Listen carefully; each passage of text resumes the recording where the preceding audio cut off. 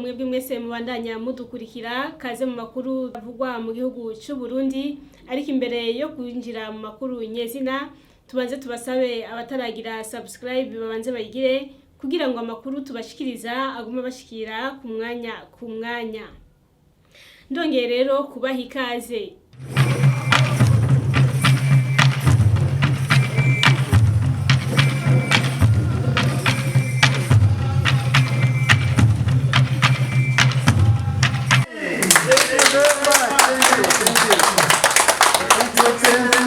Ivyo ni birori vyari vyatunganijwe n'ubuserukizi bw'igihugu cy'u Buganda mu Burundi, aho bwinjira icese inyubakwa yabwo buzohora bukoreramwe mu Burundi. Ivyo birori vyitabwe n'abaserukira ibihugu vyabo mu Burundi n'abanya-Uganda baba mu Burundi. Umushikiranganje w'imigenderanire y'u Burundi n'amakungu hamwe no gufashanya mu iterambere Albert Shingiro yamenyesheje ko ico gikorwa cerekana imigenderanire myiza isanzwe iri hagati y'igihugu cy'u Buganda hamwe n'igihugu cy'u Burundi haba mu bijanye na politike no mu vy'ubutunzi. I wish also to take this opportunity to congratulate the government and the people of Uganda on the official inauguration of the new building to serve as Ugandan embassy in Burundi.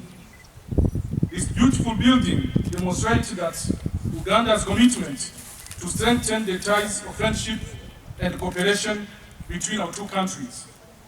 It is indeed a lasting symbol of the deep ties between Burundi and Uganda.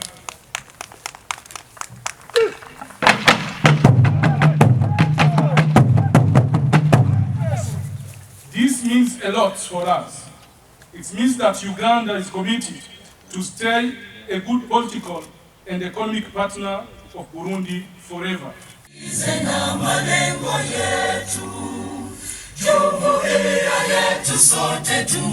Umugambi mupaka shamba letu ukorera mu Karere k'Ibiyaga Binini. Bienvenue cy'u Burundi ajejwe gukurikirana uwo mugambi mu gihugu cy'u Burundi amenyesha ko batunganije amahugurwa ku bajejwe imbibe ariyo mipaka. Ayo mahugurwa akaba yitabwe n'abapolisi, abakozi b'ikigo OBR kijeje gutororokanya amakori n'amatagisi hamwe kandi n'abajejwe intwaro mu ntumbero yo kugira ngo bamenye ibijanye n'amategeko mashasha agenga uruja n'uruza ku mbibe. Mumukurikire. Aya mahugurwa ahagaze ku itegeko ryemeje n'umukuru w'igihugu itariki 5 z'ukwezi kwa 11/2021 yerekeye uruja n'uruza rw'abantu mu gihugu. Akaba ari itegeko nk'uko mwabivuze rigenga cyane cyangwa rizokoreshwa cyane nabo twatumiye, akaba ari abajejwe gucungera imipaka, abakora ku mipaka nk'abajya baraba uruja n'uruza ku mipaka go mu biduga n'ibindi. Twongera kandi twanatumiye n'abajejwe guharura amafaranga ikigo kidufasha gutoza amakori, kuko aya mategeko uko bigenda kose nabo nyene arabaraba bakamenya yuko abo binjiye n'abasohotse bakurikije ibisabwa n'amategeko. Itegeko ryahora ryari itegeko ryo muri 1989 mumva yuko rimaze hafi imyaka 30, ariko mu mwaka wa 2021 akaba ariho ubushikiranganje bw'intwaro yo hagati bwarushikiriza inama nshingamateka kugira bashobore kurihinyanyura no gushiraho itegeko rishasha kuba ryaremeje n'umukuru w'igihugu. Itegeko rero rishasha naryo nyine rifise uturusho twinshi kuko riza rivugamwo ibintu nyamukuru byerekeye wanashima ukigira mu Burundi mu muryango w'akarere ka IAC, aho riza no kwerekana ingene uburyo n'uruza ruri bucungegwe neza bifishimikije n'amategeko y'akarere, kuko n'umunsi Burundi buri mu muryango wa IAC. Ikindi nyamukuru nuko riranafasha cyane kuvyerekeye abadanza bato kuko riko rirerekana yuko mu misiri imbere n'Uburundi bwashobora gukoresha ya carte bita biometrique kanga muntu y'ibiharuro novuga igezweho ifise ubuhinga bugezweho, bizofasha yuko umuntu ashobora kuja mu kindi gihugu atenze kuja gusaba impapuro zisanzwe tuzi nka laissez-passer na passport, muga gukoresha iyo kanga muntu agashobora gusoma mu kindi gihugu agasuma cyangwa karamuza abagenzi. Hama na cyane abadandaza bato iri tegeko ryaje rinongera bona ujirani mwema kandi ya dokima ifasha abadandaza bato bato kuja gusimbira hariye kurangura no kugaruka. Ikindi novuga nyamukuru irerekana n'amahigwe ahari yo gukuraho ibyo amafaranga ya visa, kuko kenshi aya ntambamyi mu gihe uriko kuri urudandaza ugasanga ibyo mu bindi gihugu biragusaba kuriha amafaranga ya visa, ariko kubera yuko Burundi uri mu karere kandi n'iryo tegeko bagiyongeyemo amategeko yo mu karere, birerekana neza ingene abantu bazojabuka borohewe bagiye n'ivyabo hamwe no gushobora gukora urudandaza borohewe. Novuga akarusho ku bihugu canke ku bene gihugu bari mu karere k'ubuseruko muri Afrika y'ubuseruko EAC, kuko nabwo ribafata nk'abanyamahanga, ribafata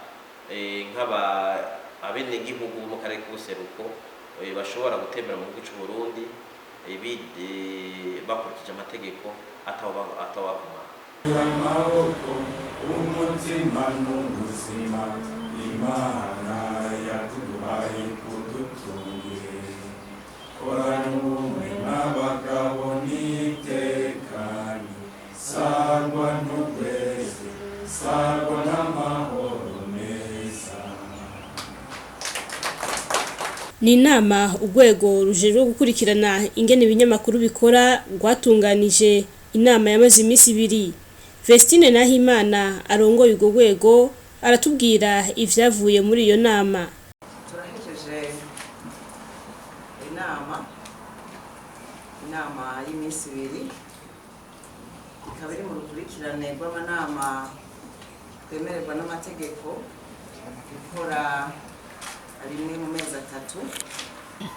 Rero mu mici 2 nkuko twari twabibabwiye, ku munsi w'ejo twarashoboye guca hirya no hino turaba ibyaranguwe muri runo rwego dukurikije ivyegeranyo 2 nkuko twabibabwiye, icy'amezi 3 arangiza umwaka w'2021 n'icy'amezi 3 atangura umwaka w'2022. Hanyuma yaho twarashoboye guca hirya no hino turaraba ibikuru bikuru twashitseko twisunze amahangiro twari dufise muco bita plan d'action annuel ya CNC. Umunsi wari umunsi ukomeye kuko niho twashoboye kwigira hamwe ibinyamakuru cyangwa ibimenyesha makuru, ibinyamakuru vyifuza kuronka uburenganzira bwo gukorera ku mugaragaro. Kuko twabashikirije ejo turabwiye ko amadosiye asaba kwemererwa gukorera ku mugaragaro muri CNC ari menshi cyane, mbese twaravuze n'igitigiri bashika ku 80. Ariko rero hanyuma gusesangura urwego nshingwantwaro rwa CNC twashoboye kuzana ku meza amadosiye ashika 8. Muri aya madosiye ashika 8 hakaba twashoboye guhuriza ku madosiye 7, iyindi nayo tukaba twayisubije inyuma gatoyi kugira ngo ishobore kuja guhinyanyura ivyo twifuje kwizohinyanyura. Amadosiye yemerewe nayo akaba ari amaradiyo akurikira. Twemereye iradiyo Igicu FM, twemereye televiziyo Ruja FM, twemereye televiziyo Katika Muziki, twemereye iradiyo La Voix des Jeunes, twemereye iradiyo Afri Digital Media Corporation, twemereye iradiyo PG Classic FM ijwi ry'umunezero, twemereye iteleviziyo Tanganyika. Kaba twasubije inyuma gatoyi iradiyo Voix de Développement Communautaire de Bubanza. Hanyuma yaho ayo maradiyo yose mu kuyemerera ni uko tuba twabonye ko akwije ibisabwa n'amategeko, hanyuma tukaba twongera twabonye ko aje afise ligne editorial kuko mu gisanzwe mukizi yubaka igihugu cacu. Hanyuma tukaba twiyemeje ko naho tuzemereye tuzogenda tuzikurikirana ijisho kurindi kugira turabe ko ivyo bemeje gukora azobishira mu ngiro. Hanyuma muri ayo maradiyo 8 hariho iyindi itarisangiye statunizo 8 ariyo BBC. BBC yari nka dosiye igira 9, ni radio muzi mwese ko yari yarahagaritswe, yarahagarikiwe mu biganiro, bari barayatse senseri yarayatse uruhusha rwo kubandanya gukora. Umugabo haraciye igihe kitari gito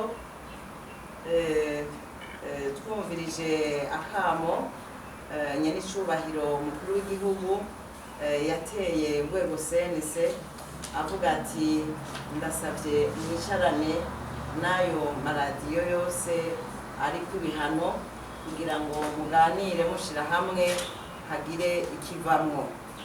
Iryo radiyo rero haraciye igihe riguma rigirana ibiganiro n'urwego senise, uretse ko senise yari yaragugururiye nigo rwasa n'urwari rwaratevye kuko sense yari yarusavye ko ruzana ikete rushasha kugira ngo rusabe kwemererwa gusubira gukorera ku mugaragaro. Ikete rero aho riziye rije vuba mbere, hanyuma nta kindi twari turindiriye. N'umunsi dosiye yaje ku meza dusanga nta kindi gisigaye atari ukuyakira kugira ngo nayo isubire gushira ahabona ibiganiro byayo. Tukaba twizeye yuko tugiye kubandanya dukorana n'iyo radiyo mu ntumbero nziza yo kubahiriza umwuga w'abamenyeshamakuru n'ibimenyeshamakuru. Amashirahamwe yigenga ajeje gucungera ibintu n'abantu asabwa kwitunganya kugira ngo akore akurikiza amategeko, gutyo n'abayakorera bakore bisanzuye. Uwaserukiye ubushikiranganje bujeje umutekano ari nabwo bwakoranije ayo mashirahamwe yigenga aramenyesha ivyo bashitseko mu nama yabahuje hamwe nabo mu buyobozi bukuru bw'akazi kugira ngo barabire hamwe ibibazo vyibonekeza mu ayo mashirahamwe n'icokorwa kugira ngo kandi ivyo bibazo bitoregwe inyishu. Twabahaye ubutumwa butari buke na cyane twisunze ivyo twarabiye hamwe twese biboneye nabo nyene ko atari agasesheshwa rumuri hakiriyo akagihaze mu kubahiriza amategeko. Ari naco gituma rero turangije uruganda twashoboye kurabira hamwe ivyo no kwita mu rundi rurimi amarecommandation, umwe wese agacabona ukuntu agiye kubandanya yitunganya kugira ngo yubahirize yongere ashire mu ngiro ivyari bikimugoye mu vyo yategereza gushira mu ngiro mu ntumbero yo kubahiriza amategeko. Bimwe bikuru muri ivyo twashoboye gushikako nuko twashoboye muri uruganda kubasaba yuko bose hamwe bategerezwa gutegekaniriza kazoza abakozi babo bose bakongera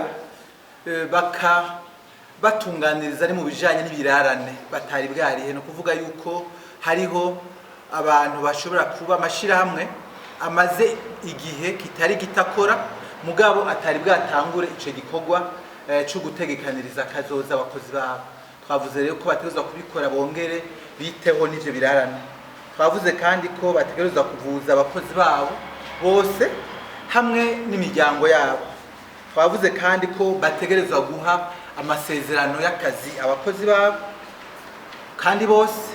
Twavuze kandi ko bategerezwa guha akaruhuko abamaze umwaka w'akazi bakora ndetse nabo bamaze nk'imyaka 2 cyangwa 3 bari mu kazi ariko akaba atakaruhuko ku mwaka bari bwaronse bategerezwa kuzoronswa n'utwo turuhuko.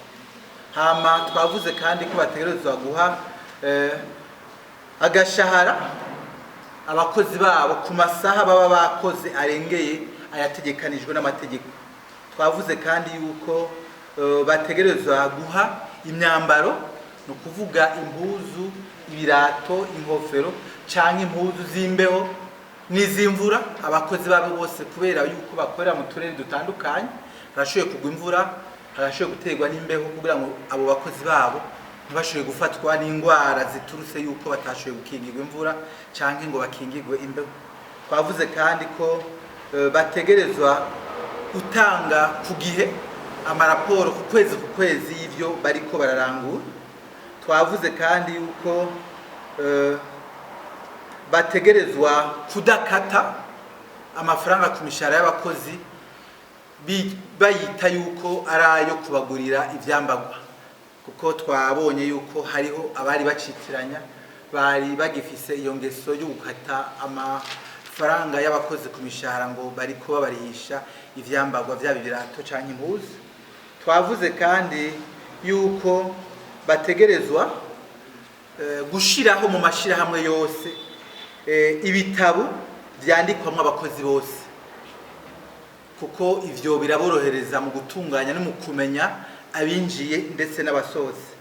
Twavuze kandi yuko bategerezwa gutanga urutonde rw'abakozi bose mu buyobozi bukuru bw'akazi hamwe no mu bushikiranganji.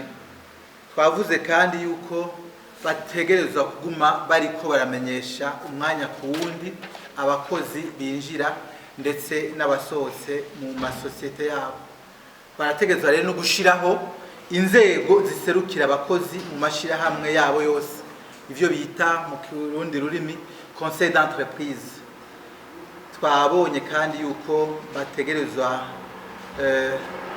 amashirahamwe yose ategerezwa gushiraho icicaro, ico bita mu kindi kirimi siège social, kuko biragoye yuko borangura neza umwuga wabo umuntu adafise ahantu hazwi kandi hemewe ashobora kubasanga ngo bashobore kuvugana ivyo ari byo byose byerekeye n'umwuga wabo basanzwe bari kubarangura. Ingwara zifatira mu kanwa ziriho kandi ziravugwa. Ikibazo nuko abantu batazimenya bakazivuza bamaze gusinzikara. Abaganga banonosoye ibijanye n'izo ngwara basaba ko leta yohimiriza ikanaronsa inyigisho abene gihugu kugira ngo bikingire izo ngwara. Kumenyesha abarundi n'abandi bose bashobora kuba botumviriza kuno munsi wahariwe kurwanya ingwara zifatira mu kanwa, kuvuga amenyo, ururimi, ibinyigishi n'imibangabanga, kuko nizo ngwara twita les maladies bucco-dentaires. Umunsi wisekeza kugira ngo bishobore kumenyesha ingene izo ngwara zoba zingana ngaha mu Burundi no ku isi yose, kuko zifise ibiharuro binini cyane kandi ziko zirononera amagara y'abantu cyane. Ino ngwara ngaha mu Burundi nta biharuro bikomeye twamaze kwegeranya, ariko tubona ko imaze kuboneka ku bantu benshi, nk'abo tubona ku bitaro tuvura. Reka ni ingwara imaze kubonekesha ibiharuro binini cyane mu bana. Kuvura iyo ngwara ikiduteye intambamyi nuko abanyagihugu batazi iyo ngwara ingene itangura, usanga bashika ibintu byaramaze kurenga igihe, ugasanga rero biragoranye kugira ngo dushobore kubatunganyiriza, kuko twifuza yuko ayo menyo baba baje kuturoza tuyabungabunga mu buryo bwo kuyahoma, mu buryo bwo kuyagumizayo, ariko bo tugasanga baje amazi yararenze inkombe, hageze yuko tuyakura, ugasanga umuntu amaze gushikana imyaka yisununiye gatoyi, amenyo yaramaze kumuhera kuko atarazi ko hari ubundi buhinga bwo kuyagumana. Abaganga banonosoye ubuhinga bwo kuvura amenyo ku rwego rwo hejuru, abo twita les chirurgiens dentistes ni bake cyane mu gihugu iwacu, kandi benshi bakorera mu gisagara, urumva hagati mu gihugu ni bake cyane.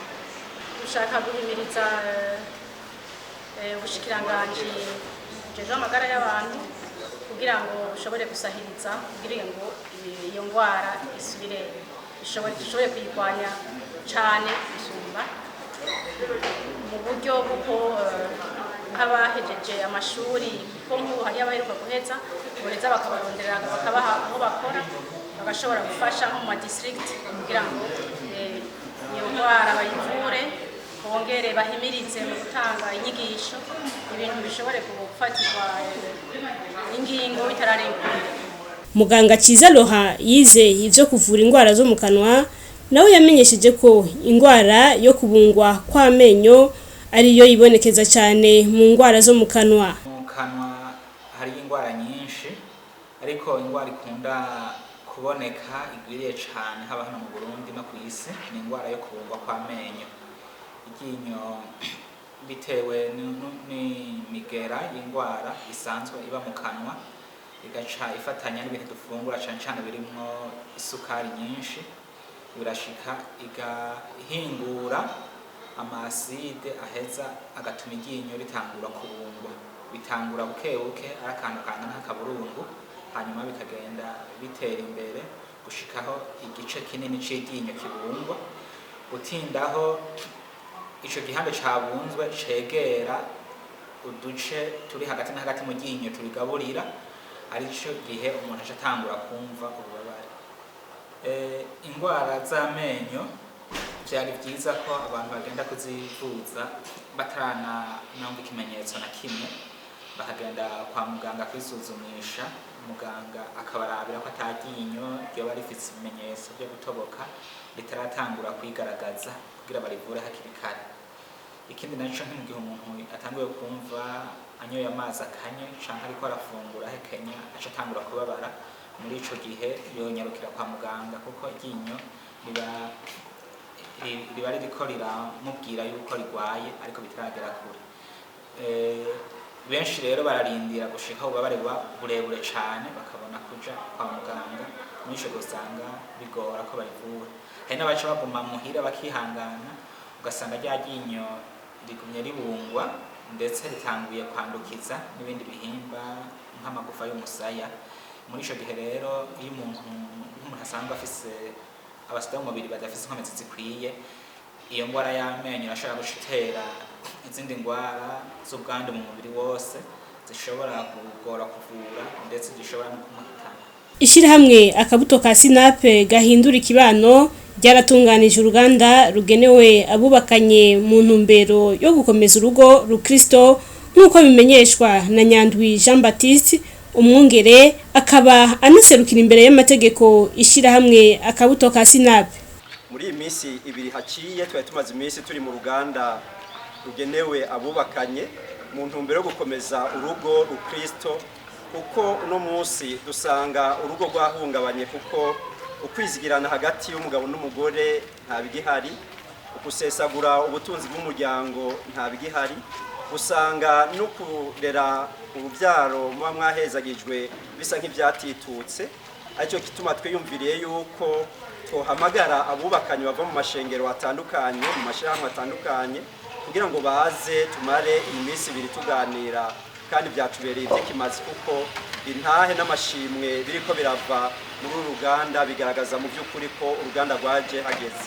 Intumbero yatumye mu by'ukuri tugira icyumviro cyo gutanguza uru ruganda nuko tumaze iminsi tubona ibiriko biraba mu masentare, ibiriko biraba mu mashengero aho abantu batuzanira imitwaro tukabumviriza abo dusengera, ariko kandi tukabona n'ibintu biriko biraba mu gisagara cya Bujumbura no mu ntara zitandukanye aho tubona abana bariko baragenda biyerereza kubera ibanga ryo kurera ryaratitutse. Kandi byongeye duherutse kubonaho mu masentare ikintu cyo gutandukanya divorce irikiraduga ku buryo buteye ubwoba mu gihugu cyacu. Dufate nk'ukarorero duherutse gusoma mu kinyamakuru aho bavuga yuko ingoma 576 mu gisagara cya Bujumbura zasambutse, divorce zaratanzwe. Tugaca dusanga nk'akarorero muri Kanyosha ingo 118 zarasambutse. Turavuga tuti rero twebwe nk'ishirahamwe twubakiye ku ijambo ry'Imana dushobora guhagarara ngo tuvyihoze, oya tuzirikana ko intumbero y'Imana yavuze ngo ntibibereye ko umugabo yoba wenyene, azosiga se na nyina yubaka urugo rwiwe babana karamata babe umubiri umwe. Ibiro nivyo turiko turabona yuko bisa nk'ibititu bituma twebwe tuvuga tuti mu kwitaba kamureta iriko iratera ko twotera imbere ntidushaka gutera imbere mu gihugu urugo rwasambutse ntidushaka gutera imbere mu gihugu hari injyane mu ngo nico gituma rero twavuze tuti oya mu ntumbero yo gushigikira umugambi w'igihugu yo umuntu wose woronka icurya umufuko wose ukaronka ikiwujamwo vyoba vyiza natwe tugarutse mu ishimikiro rya mbere rikomeye Imana yashizeho ni gutanguza ishirahamwe ryitwa urugo kandi iterambere n'ihinduka ryose biboneka bivuye mu rugo hari nka ishengero ryitwa Morave ishengero rya Pentecote ishengero rya Repentance ishengero rya Eglise Wesleyenne n'ayandi n'amashirahamwe nka Beteshida pour Salido la famille ishirahamwe nyene niri Muso Masters Seed Outreach Community nabone barimwo batume kugira ngo bakurikirane izi nyigisho muri uru ruganda janye no gukomeza urugo rukristo muri kino gihe cya none. Abaronkejwe inyigisho zo mu ngo n'imiryango bamenyesheje ko izo nyigisho bahawe n'ishirahamwe akabuto ka SNAP zizobafasha cyane mu kubaka ingo zabo. Abantu bafashijwe cyane zafashije kandi bazafashije cyane zafashije jenye hariho n'abagenzi banje zafashije haba naharuze n'impanuro bashobora guhanura n'abagenzi banje nacewe gitumaje mvuga ati kumvikana ikintu gisanga cashitse gusanga mu kenyezi yumvikana n'umushinga nawe wiwe hajewe yarana anje sinana hageze no kuvuga guhuza umugurangwa mu banga yawubatse kubera nkashasanga hari kirungo tayari batwigishije nkashasanga ico kirungo bitumwe na zanzoga chaka kanovera k'ikirungo bikaca bituma ntumva yuko umenga twohuza niwo tubakanye kumvo yiki yuko abavuga ati yawe icupa nanje ntagera ngwe kaca bituma rero mu rugo umuvurungano gende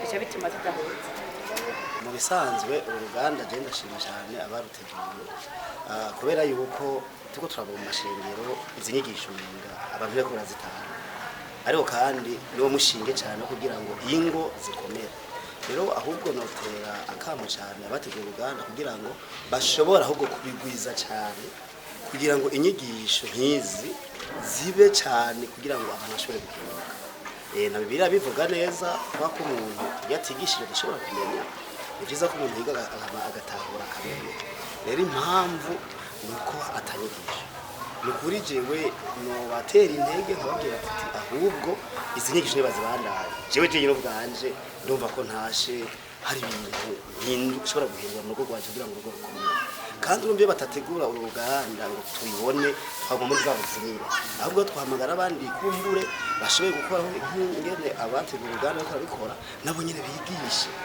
Ishirahamwe akabuto ka SNAP ryaranaronkeje akaganuke abantu bashaje bageze mu zabukuru kugira ngo nabo nyene muri bino bihe bya Pasika bazirikane yuko urukundo rw'abakristu rugihari. Nuko rero turabashimiye mwebwe mwese mwabanye natwe ariko tubasabe bamwe batagize subscribe bayigire hanyuma rero turabashikiriza n'ibindi biganiro mubandanye mubikurikira naho ubutaha.